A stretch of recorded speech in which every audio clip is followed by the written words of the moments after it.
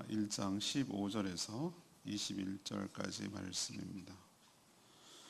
구약성경 오바댜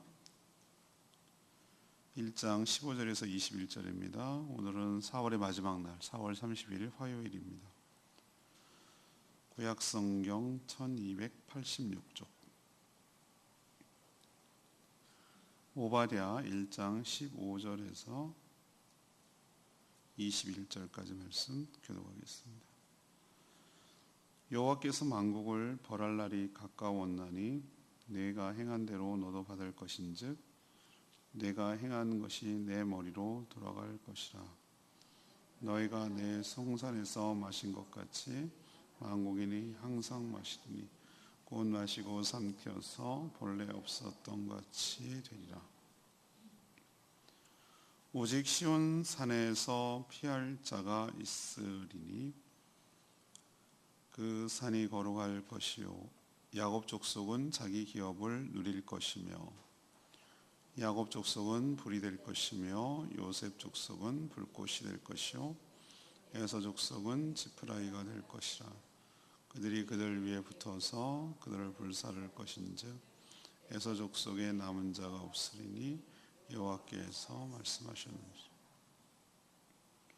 그들이 네겝과 에서의 산과 평지와 블레셋을 얻을 것이요 또 그들이 에브라임의 들과 사마리아의 들을 얻을 것이며 베냐민은 길르앗을 얻을 것이며 사로잡혔던 이스라엘의 많은 자손은 가나안 사람에게 속한 이 땅을 사르밧까지 얻을 것이며 예루살렘에서 사로잡혔던 자들 곧 스바랏에 있는 자들은 네겝의 성읍들을 얻을 것이라. 구원받은 자들이 시온산에 올라와서 에서의 산을 심판하리니 나라가 여호와께 속하리라. 아멘.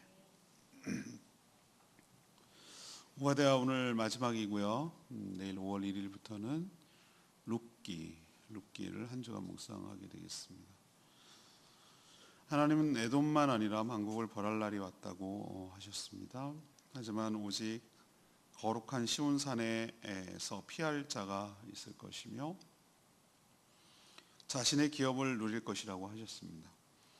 야곱의 족속은 불이지만 에돔은 에서의 후손, 에서의 산성은 지푸라기가 되어 다 탈 것이라고 하셨습니다. 또 하나님의 택한 백성들이 잃어버렸던 땅을 다시 되찾게 될 거라고 하셨는데 그 범위가 상당히 넓습니다. 또 구원받은 자들이 오히려 심판을 하는 그런 일이 있을 것이다. 이것이 오바댜의 마지막 부분입니다. 오늘 질문은 여호와의 날, 여호와의 심판의 날이죠. 여호와의 날은 어떤 의미가 있습니까? 이것이 오늘의 질문입니다. 먼저 15절, 16절 말씀 근거로 여호와의 날이란 만국을 행한 대로 심판하는 날을 말합니다. 오바댜는 처음에 앞부분, 또 제가 오바댜를 소개할 때 이 예언서는 에서의 후손 에돔에 대한 하나님의 심판을 다루는 책이다, 예언서다, 그렇게 소개를 했는데 오늘 읽은 15절 후반부, 그러니까 반을 잘랐을 때 후반부는 에돔을 넘어서서 에돔만이 아니라 여러 만국, 우리 만국이라 하면 운동의 날 쭉 걸리는 국기를 만국기라고 그래요. 만국기란 만 개의 국기란 얘기가 아니라 여러 나라의 국기를 의미하는 것이죠. 여기서 만국이라 말하는 것은 에돔을 포함해서 이스라엘 입장에서는 여러 이방 나라들을, 수많은 나라들을 말하는 것이에요. 후반부에는 이렇게 만국에 대한 심판을 지금 예언해서 그 심판의 범위가 굉장히 확대되고 있다는 것을 알 수 있어요. 만약에 택한 이스라엘 백성들한테 못되게 구는 이 에돔만 처벌한다면 하나님은 편협한 이스라엘의 민족신밖에 되질 않아요. 그 범위와 영역과 영향이 전 세계, 전 우주에 미친다는 것이죠. 그러나 오바댜는 하나님이 여호와의 날에 만국을 벌할 것이라고 예언합니다. 근데 이 시점이, 오바댜가 쓴 시점이 이미 이스라엘과 유다는 망한 시점이에요. 뭐 망한 나라가 뭘 또 다른 나라 망한데 그게 무슨 의미가 있겠어요? 여기서의 예언은 이중성을 드러내고 있어요. 오바댜의 예언은 이 오늘 읽은 말씀은 당장 일어날 일을 일차적으로 예언하는 것도 있지만 다시 오실 예수 그리스도의 종말과 심판까지 멀리 내다보고 하신 예언이라고 할 수가 있습니다. 하나님은 에돔을 포함해서 모든 나라에 대해 악을 행한 그대로, 오늘 15절에 그런 표현하고 있죠. 악을 행한 그대로, 네가 행한 그대로 네 머리로 돌아갈 거다라고 말한 것처럼 모든 나라, 만국의 여러 나라가 악을 행한 그대로 심판을 단행할 것을 예언하고 계세요. 16절에 보면은 성산에서 마신 것이라고 말할 때 그 성산에서 마신 게 뭐냐? 거룩한 산에서 마신 것이 뭡니까? 너희가 내 성산에서 마신 것 같이라고 말하는 것, 이것은 바로 예수 그리스도의 고난을 의미하는 겁니다. 십자가의 고난을 여기까지 염두에 둔 것이에요.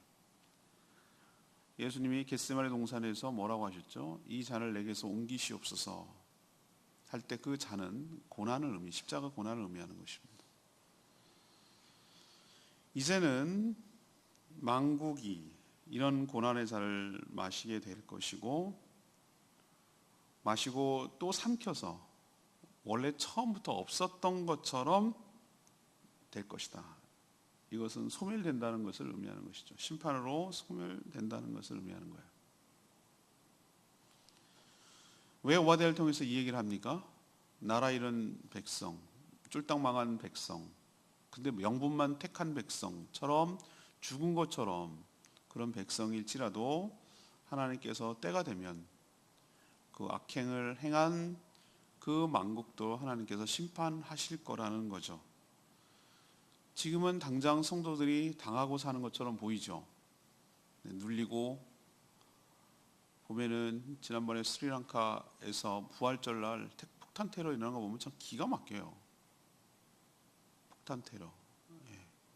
IS가 죽은 줄만 알았더니 좀비처럼 살아나가지고 부활절 예배드리는 예배당과 호텔과 이런 곳을 다 자폭했어요. 자폭.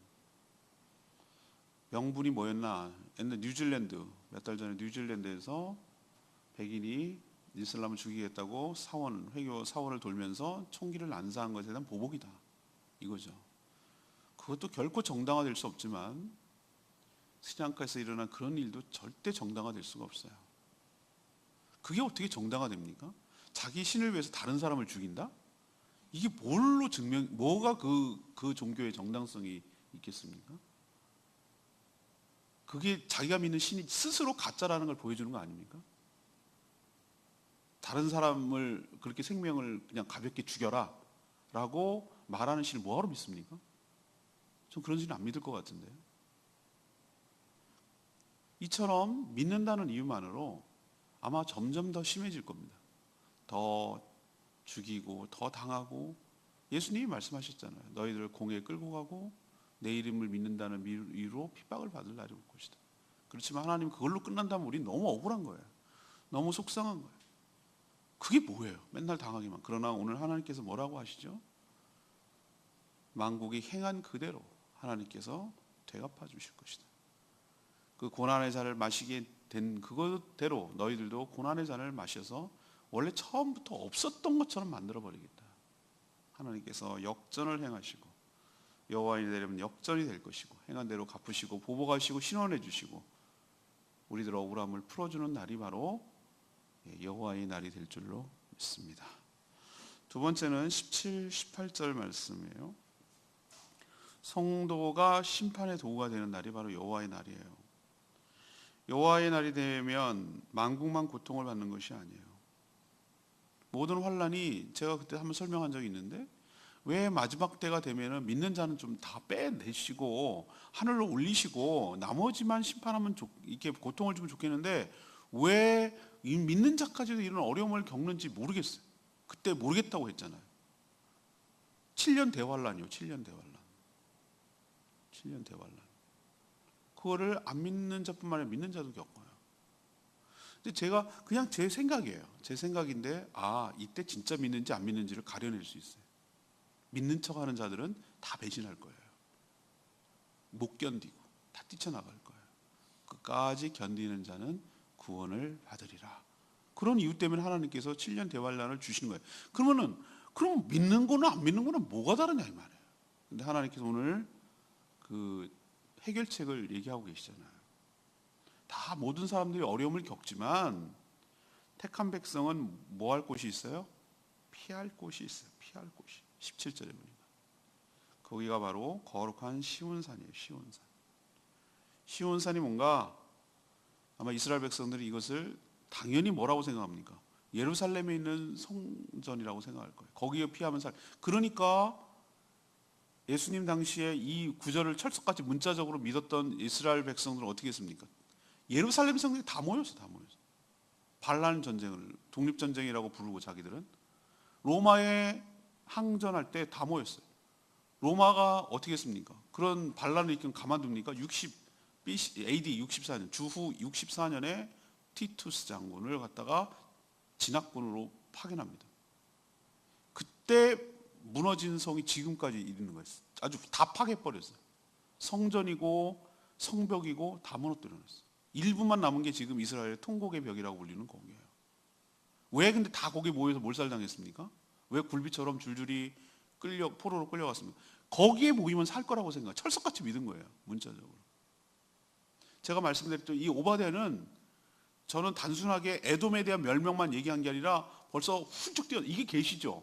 어떨 때 보면은 이렇게 미래와 지금 현재가 막 겹쳐져 가지고 이게 미래 일인지 현재 일인지 하나님이 보여주시니까 그거를 그냥 본대로 쓴 거니까 이게 막 멀리 있는 것까지를 미리 땡겨서 보니까 이게 언제 시점에서 일어나는지 막 헷갈리고 잘 모를 수 있는 거예요. 근데 이 예언은 제가 보기에는 먼 훗날 마지막 때 얘기예요. 여기서 시온산은 예루살렘 템플, 그러니까 예루살렘 그 성전을 의미하는 것이 아니에요. 이미 예수님 시대에 뭐라고 했습니까? 예수님께서 이 성전을 허물라고 그랬어요. 손으로 짓지 않은 새로운 성전, 예수 그리스도의 몸이에요. 이미 성전 시대는 그때 끝냈어요. 성전 정화하면서 하나님께서 제사 제도 폐했어요. 성전 제도 끝났다고 그랬어요. 시온산은 바로 무엇을 말하는가? 몸으로 짓지 사람이 짓지 않는, 손으로 짓지 않는 몸이 뭡니까? 교회예요, 교회. 여기서 말하는 시온산의 메타포 은유는 예수 그리스도의 거룩한 몸인 교회를 말하는 것이에요. 교회에 속해서 그리스도 안으로 피하는 자들은 안전하게 보호를 받게 될 줄로 압니다. 이 오바댜의 그리스도란 말, 예수란 말 나옵니까? 하나도 안 나옵니다. 근데 벌써 하나님께서는 이 예언 가운데 그것들을 다 내포하고 깔고 있었던 것을 저는 알 수가 있었어요. 더 나아가 구원받은 자들이 시온산에 올라와서 21절에 보니까 에서의 산은 무엇을 상징합니까? 세상의 여러 가지 나라들, 하나님의 백성들을 핍박하던 그 백성들을 에서의 산이라고 부르는 거예요. 그것을 심판하게 될 거라는 겁니다. 놀랍게도 야곱의 족속이 불이 되며 요셉의 족속은 불꽃이 되어, 이건 같은 개념이죠. 영적인 성도들이죠. 지프라기 같은 에돔 족속은 누굴 상징합니까? 바로 세상 사람들, 핍박하던 택한 백성들을 핍박하던 자를 상징하는 표현이죠. 18절에처럼 지푸라기, 불이 탈 때 어디에 잘 탑니까? 지푸라기가 잘 탑니다. 우리도 밖에 나가서 불 붙여본 사람들은 알지만 요즘은 뭐합니까? 종이가 하도 흔하기 때문에 신문지에다 불 붙여가지고 장작에 불 붙이잖아요, 그죠? 옛날에는 종이가 얼마나 귀한데, 종이 귀했어요. 화장지로 썼거든요. 신문지도 귀해, 신문지도. 그런데 옛날에는 뭘로 썼습니까? 지푸라기. 요즘 지푸라기가 귀해. 소 여물로 쓰고 뭐 짐승으로 쓰는. 지푸라기가 최고예요. 잘 마른 지푸라기로 딱 불을 붙여요. 그것도 성냥으로 이렇게. 성냥으로 불을 붙여서 지푸라기로 가지고 조금 이렇게 불을 붙인 다음에 거기 밑에다가 이렇게 나무에다가 붙이면 이제 활활 탄단 말이죠. 지금 하나님께서 그걸 지금 묘사하고 있어요. 어떻게 묘사하고 있습니까? 요셉과 야곱의 족속들이 불이 되고 불꽃이 되어서 지푸라기 같은 한 줌거리밖에 안 되는 에돔 족속을 뭐 할 거라는 겁니까? 불살 것이다. 그래서 다 태워버릴 것이다. 이 말은 하나님의 택한 백성들이 만국을 심판하는 도구가 될 것이다 라는 의미예요. 심판자는 오직 주님뿐이에요. 주님이 주체자가 되는 거예요. 그러면은 성도가 불이라는 얘기는 뭔가? 성도가 기준이에요. 뭐가 기준인가? 누구든 누구에게 속해 있는지가 중요한 거예요. 예수 그리스도 안에 있는 자는 보호를 받고 구원을 받게 될 것이고, 그것이 구원의 여부를 가르는 선택이 되는, 구원을 받느냐 마느냐가 결정되는 중요한 것이고, 오히려 더 성도들이 하나님의 심판권을 가지고 그렇게 만국을 심판하는 위치까지 올라가는, 왕노릇하는 그런 놀라운 역사가 일어날 것임을 이 오바댜 선지자를 통해서 또 얘기하고 있다는 거 기억하셔야 될 줄로 압니다. 세 번째 얘기는요, 19절에서 21절까지인데, 이스라엘을 온전히 회복하는 날이 바로 여호와의 날이에요. 여호와의 날이란 곧 하나님이 심판하는 날, 이는 양면성이 있어요. 하나님을 거스르며 대적하며 택한 백성을 못 살게 하던 자들에게는 다시는 재기할 수 없도록 심판하여 소멸하는 날이 되지만, 택한 백성들에게는 그날이 바로 모든 것을 회복해서 되찾는 날이 될 것입니다. 하나님의 택한 백성들이 가나안 땅의 대부분을 차지해요. 가나안 땅을 그때 다 사로잡혔던 그 수많은 자들이 다시 돌아올 것이에요. 그래서 하나님의 약속의 땅을 회복한다는 것을 의미해요. 이미 이스라엘과 유다는 망했다 했죠. 근데 이렇게 되찾을 수 있는 것은 뭡니까? 이건 영적으로 보는 거예요. 사단에게 사로잡혔던 영적인 이스라엘 백성들, 곧 하나님의 성도들이 사단이 원수에게서, 사단에게서 빼앗긴 모든 것들을 여기서 땅은 되찾게 될 것, 하나님의 나라를 되찾게 될 것을 의미하는 것이에요. 여기서는 영토, 가나안 땅, 약속의 땅, 이것은 단순히 땅이라는 개념만, 랜드라는 개념만 있는 것이 아니라 하나님 나라를 의미해요. 그래서 주님과 함께 보좌에 앉아서 왕노릇하며 세상을 심판하게 될 것임을 얘기하고 있어요. 이거는 너무 실감나지 않아서 과연 이런 날이 올지 꿈 같은 얘기지만, 이 모든 오바댜의 선지자의 예언은 현실로 실현될 것임을 분명히 믿습니다. 오늘 레마 말씀 21절 말씀, 구원받은 자들이 시온산에 올라와서 에서의 산을 심판하리니 나라가 여호와께 속하리라. 오바댜가 이런 예언을 할 수 있는 것은 전적인 하나님의 계시 때문이죠. 이건 자기가 이렇게 지어서 만들어낼 수가 없어요. 이런 것은 하나님의 비밀이기 때문에, 이런 벌써 이 예수님 오시기 전에 600년 전의 사람이 이런 얘기를 할 수가 없어요. 예수님 오시고 난 2000년 뒤에도 지금 어떻게 될지 모르는 판인데, 이걸 600년 전, 지금부터 2600년 전에 이런 얘기를 했다는 게 참 놀랍지 않으세요? 여기서 시온산하고 에서의 산이 서로 대조되고 있는 거 보이시죠? 시온산은 하나님이 택한 백성들이 머물며 보호받는 하나님의 산을 의미하고, 에서의 산은 하나님의 택한 백성들을 괴롭히며 못 살게 했던 세상 나라를 상징하는 거예요. 구원받은 성도들이 하나님의 나라에서 주님과 함께 보좌에 앉아서 영원히 왕노릇할 것을 요한계시록 11장 5절에 예언해 놓고 있어요. 이게 일맥상통하지 않습니까? 주님과 함께 더불어 왕노릇하며 다스릴 것이다. 이것이 하나님의 궁극적인 플랜이고 계획이에요. 여러분도 이 사실을 받아들이고 믿음으로 살아가는 저희들 되기를 원합니다. 여호와의 날, 다시 한번 정리합시다. 이거는 심판의 날인데, 첫 번째로 이 날이 오면 어떻게 될 것인가? 여러 세상의 모든 나라, 만국이죠. 그 행한 대로 심판을 받는 날이다. 소멸되는 날이다. 두 번째는 뭐죠? 오히려 성도가 심판의 도구가 되어 쓰임받는 날이다. 불과 불꽃이 될 거라고 하셨어요. 세 번째는 이스라엘을 잃어버렸던 모든 것들을 다시 되찾고 회복하는 날이다. 그래서 주님이 이 땅에 오시는 것이 막연히 두렵기만 한 건 아니에요. 우리를 온전히 회복시키셔서 우리에게 약속한 모든 것들을 주실 그날이 바로 여호와의 날인 줄로 믿습니다. 오늘 말씀 붙들고 기도하기 전에 우리 692장, 찬양지 692장 부르고 기도하겠습니다.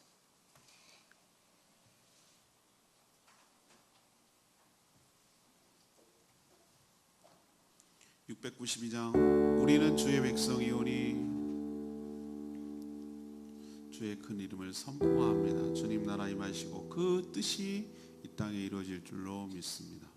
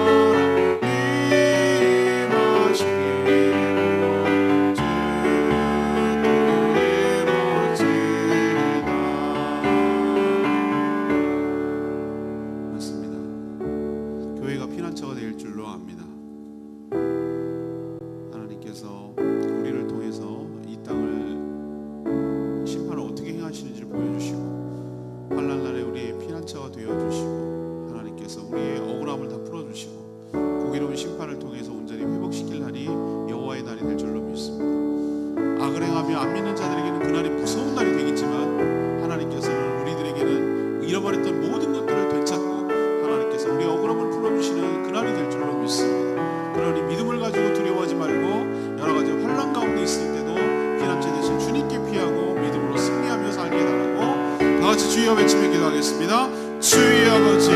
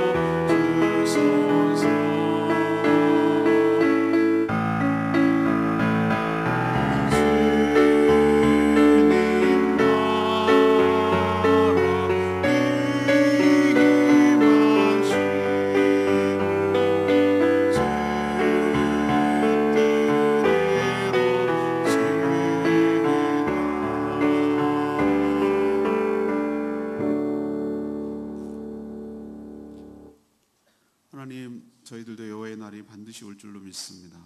그 날이 오면 하나님을 대적하며 하나님이 택한 성도들을 조롱하고 억압하던 모든 자들이, 그런 악한 자들이 그 행한 대로 고난의 잔을 마시고 본래부터 없었던 것처럼 소멸될 날이 올 줄 믿습니다.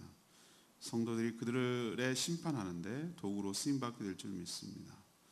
구원받은 성도들이 거룩한 시온 산에 올라 세상의 모든 나라를 심판하며 주님과 함께 왕노릇할 날이 올 줄로 믿습니다. 어느 산에 속했는지가 생사의 갈림길이 될 것입니다. 이런 하나님의 놀라운 계획을 믿고 믿음으로 인내하며 살아가는 저희들 되게 하여 주시옵소서. 오늘도 하나님 은혜 가운데 살기를 원합니다. 마땅히 해야 될 여러 가지 일들을 기쁜 마음으로 잘 감당케 하시고 몸된 교회를 세워가는데 헌신하며 힘쓰는 저희들 되게 하여 주시옵소서. 간구하는 기도마다 응답하시고 또 기도조차 못하는 연약한 자들을 대신하여 중보 기도할 때 하나님께서 역사하시고 은혜로 채워 주시옵소서. 주님께 모든 것 맡겨오고 예수 그리스도의 이름으로 축복하며 기도합니다. 아멘. 오늘 하루도 주님의 은혜 가운데 살아가기를 축복합니다. 충분히 기도하고 하루 시작합니다.